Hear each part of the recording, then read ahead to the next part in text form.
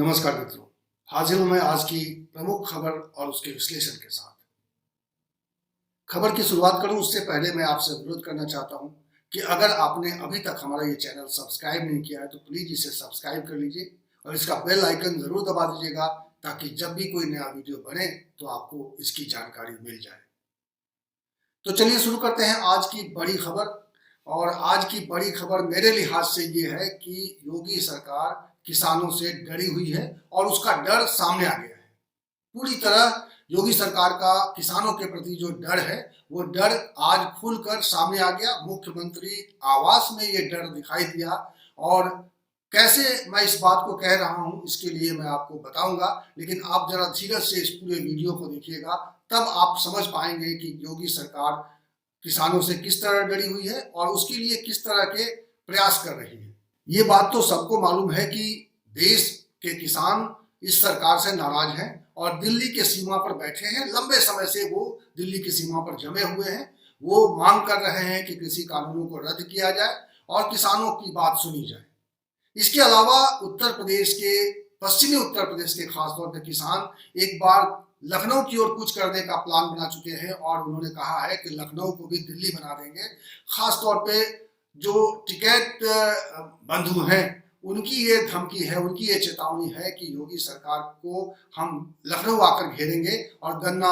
बकाये का जो है मूल्य उसके लिए हम सड़कों पर आंदोलन करेंगे।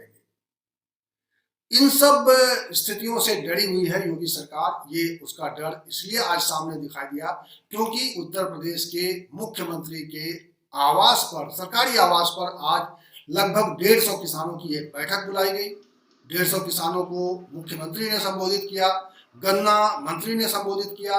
प्रदेश के भारतीय जनता पार्टी के प्रदेश अध्यक्ष ने संबोधित किया और इस बैठक में ही ये योगी सरकार का ये डर खुलकर सामने आया और उसके वीडियो हमारे पास उपलब्ध है। मैं उस वीडियो में आपको दिखाने की कोशिश करता हूं, उसको बताने की कोशिश करता हूं कि योगी सरकार का ये डर कैसे सामने आया है। योगी सरकार के इस डर पर चर्चा से पहले मैं योगी आदित्यनाथ का वो बयान आपको सुनवा देता हूं जिसमें वो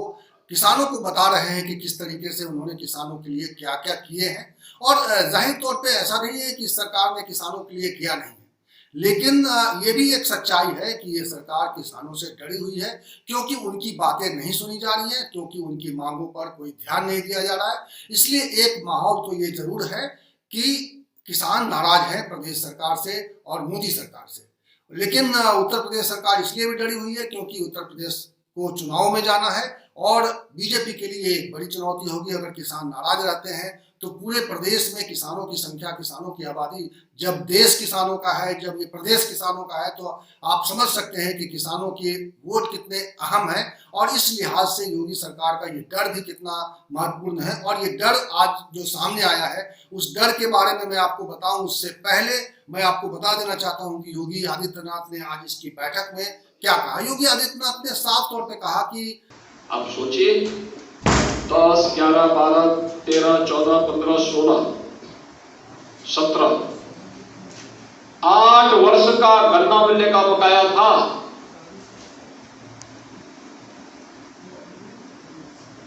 छियानवे महीनों का गन्ना मूल्य का भुगतान गन्ना किसानों का बकाया था। पिछले 4-4.5 वर्ष के कार्यकाल के दौरान हमारी सरकार ने 1,42,000 करोड़ रुपए का गन्ना मूल्य का भुगतान किया है। मेरे पास 2016 के भी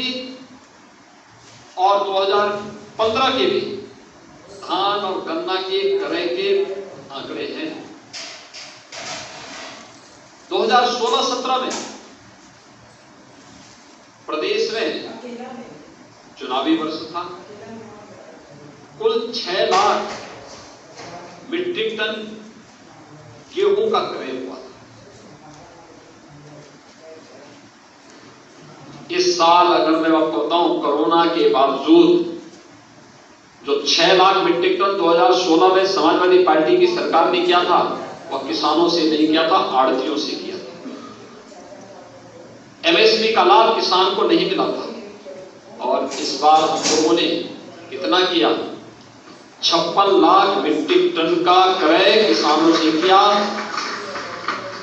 भुगतान किसान के खाते में किया। धान समाजवादी पार्टी की सरकार के समय सर्वाधिक क्रय हुआ था 16 लाख मीट्रिक टन। वह भी किसान के साथ सीधे नहीं, आड़तियों के माध्यम से हुआ। और अगर मैं विगत वर्ष के धान क्रय के डाटा को दूं तो 16 की तुलना में हम लोगों ने धान का क्रय किया 66 लाख मीट्रिक टन विगत वर्ष। किसानों के बकाये का भुगतान एक बड़ी समस्या रही है और 2010 के बाद लंबे समय तक प्रदेश में 8 साल तक उनका कहना है कि मुख्यमंत्री का कहना है कि 8 साल से गन्ना किसानों का बकाये का भुगतान नहीं हो रहा था। लेकिन हमने आकर इस पर विचार विमर्श किया और इसको हमने क्लियर किया है और अब 4 महीने का शेष रह गया है। उस राशि को भी हम आने वाले समय में उसको पूरा करेंगे जैसे गन्ना का सीजन आएगा, क्योंकि उन्होंने साफ तौर पर यह कहा कि इस वक्त गन्ना मिलों की अपनी समस्या है, क्योंकि गन्ना मिलों कोरोना की वजह से गन्ना मिलों से चीनी की खरीद नहीं हो पा रही है और इसलिए जो मिलों की समस्या है उस समस्या की ओर भी मुख्यमंत्री ने साफ तौर पर इशारा किया। ये एक वाजिब बात है कि मुख्यमंत्री ने साफ तौर पर कहा कि किसानों के लिए उन्होंने क्या क्या किए हैं और उन्होंने इसको एक तरह से तर्कसंगत तरीके से बात को सामने रखा कि कैसे पहले खरीद होती थी और अब किस तरह से खरीद हो रही है। उन्होंने अपने भाषण में जो वाण सागर परियोजना के लटकने और उसको आने के बाद, इस सरकार के आने के बाद उन्होंने इस परियोजना को पूरा किया और इसका लाभ किसानों को मिल रहा है, इसकी चर्चा भी की है। तो ये है योगी आदित्यनाथ ने जो कहा इस बैठक में, ये महत्वपूर्ण बात है। लेकिन और अब मैं आपको बताता हूं कि योगी सरकार किसानों से डरी हुई है, ये बात मैं कैसे कह रहा हूं और इसके लिए आधार क्या है मेरा, तो मैं वो वीडियो आपको दिखाता हूं स्वतंत्र देव सिंह का, जो उन्होंने किसानों की इस बैठक में खास तौर पे कहा है। उस बयान को आप सुन लीजिए, फिर मैं आपको बताता हूं कि किस तरीके से उन्होंने जो गन्ना किसान जो या प्रदेश के जो किसान आए हुए थे इस बैठक में, मुख्यमंत्री आवास पे जो बैठक हुई है उस बैठक में जो आए हुए थे उनको किस तरह का टास्क दिया गया और इसी टास्क से समझ में आ जाता है कि ये सरकार डरी हुई है और चाहती है कि ये जो किसान उनके दरवाजे तक पहुंचे हैं, मुख्यमंत्री के आवास तक पहुंचे हैं, ये किसान इस सरकार के लिए फील्डिंग करें, इस सरकार के लिए लोगों को, बाकी किसानों को समझाने बुझाने का काम करें कि कैसे ये सरकार उनकी मददगार साबित हो रही है और पिछली सरकारों ने उनके साथ छल किया है। तो मेरा आप सबसे निवेदन है, हमारे सरदार बंधु बैठे हैं, आप सब बैठे हैं, ये देश आपका है, राज्य आपका और आपकी योगी, इसलिए सभी किसानों को कैसे मना सकते हैं, कैसे समझा सकते हैं और कैसे रास्ते पर आगे बढ़ सकते हैं। कोई 6000 आज बढ़ा दे, परसों बढ़ा दे, लेकिन आपको विश्वास दिलाता हूं मित्रों, आदरणीय योगी जी आपके लिए मरते हैं और आपके लिए जीते हैं, बस इतना नहीं, मैं दिल से। इसलिए आपसे निवेदन करूंगा, पंचायत में आप आए, यहाँ से आप जाएंगे, एक गांव नहीं अपने आसपास के 100 गांवों को समझाने का भी काम आप नहीं करेंगे और आप नहीं योगी जी, आप नहीं होगी। बस इस निवेदन के साथ आपके हृदय से स्वागत करता हूँ। आपको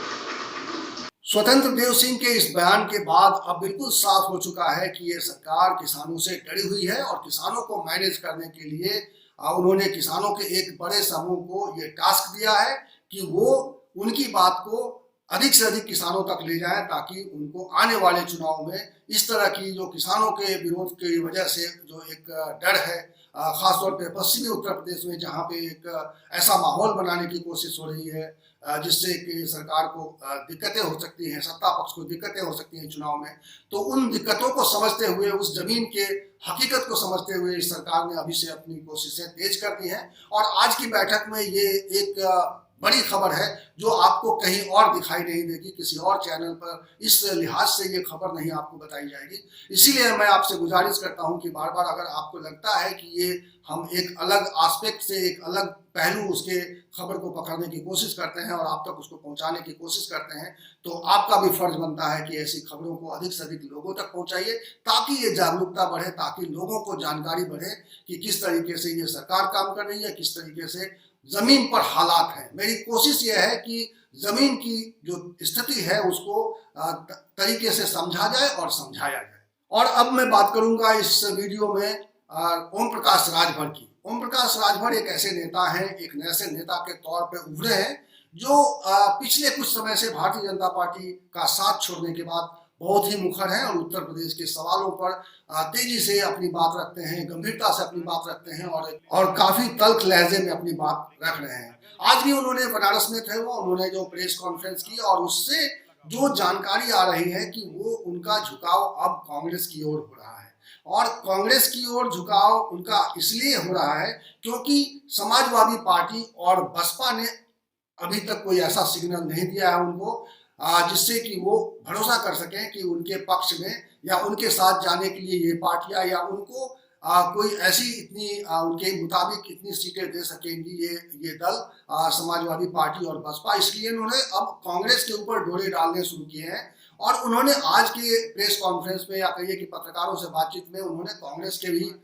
जो है उनकी तारीफ में कसीदे पढ़े हैं और उन्होंने ये भी कहा है साथ साथ कि कांग्रेस और समाजवादी पार्टी बसपा जो चाहे हमारे गठबंधन का हिस्सा बन सकता है। उन्होंने चूंकि वो एक गठबंधन बना रखा है, उन्होंने भागीदारी संकल्प मोर्चा के नाम से एक गठबंधन है छोटे दलों का। हालांकि बाकी जो उनके साथ, मैं बार बार इस बात को इसलिए जोर देकर कहता हूं कि उनके साथ जो बाकी दल हैं, जो छोटे दल 10 दलों का कोई खास इतिहास नहीं है, कोई ऐसा चुनावी इतिहास नहीं है, न उनकी जमीन पर इतनी कोई ज्यादा इस तरह की हैसियत है कि किसी विधानसभा क्षेत्र में वो अकेले अपने बूते कोई ऐसी परिवर्तनकारी स्थिति पैदा कर सके। तो अगर वो ऐसे दल हैं जो किसी के साथ अगर चले जाएं तो वो महत्वपूर्ण हो सकता है। वो समाजवादी पार्टी के साथ चले जाएं, वो बसपा के साथ चले जाएं, वो कांग्रेस के साथ चले जाएं, तो हालात बदल सकते हैं क्योंकि अलग अलग जाति समुदाय के जो क्षेत्रीय महत्वाकांक्षा है उस पर आधारित दल हैं उनके साथ। और इन दलों के 1% से लेकर 2 से 2.5% तक वोट हैं और ये वोट बैंक जो है अगर किसी के साथ मिल जाता है तो वो चुनाव में उनके लिए बड़ी मदद हो सकती है। और भारतीय जनता पार्टी ने इसीलिए सुहेलदेव भारतीय समाज पार्टी के साथ 2017 के चुनाव में गठबंधन किया था, 8 सीटें दी थी चुनाव लड़ने के लिए, जिसमें से 4 जीते भी थे। तो ये एक उनका प्रयास चल रहा है ओम प्रकाश राजभर का। इस प्रयास में उनको कितनी कामयाबी मिलती है, लेकिन आज की खबर यही है कि उन्होंने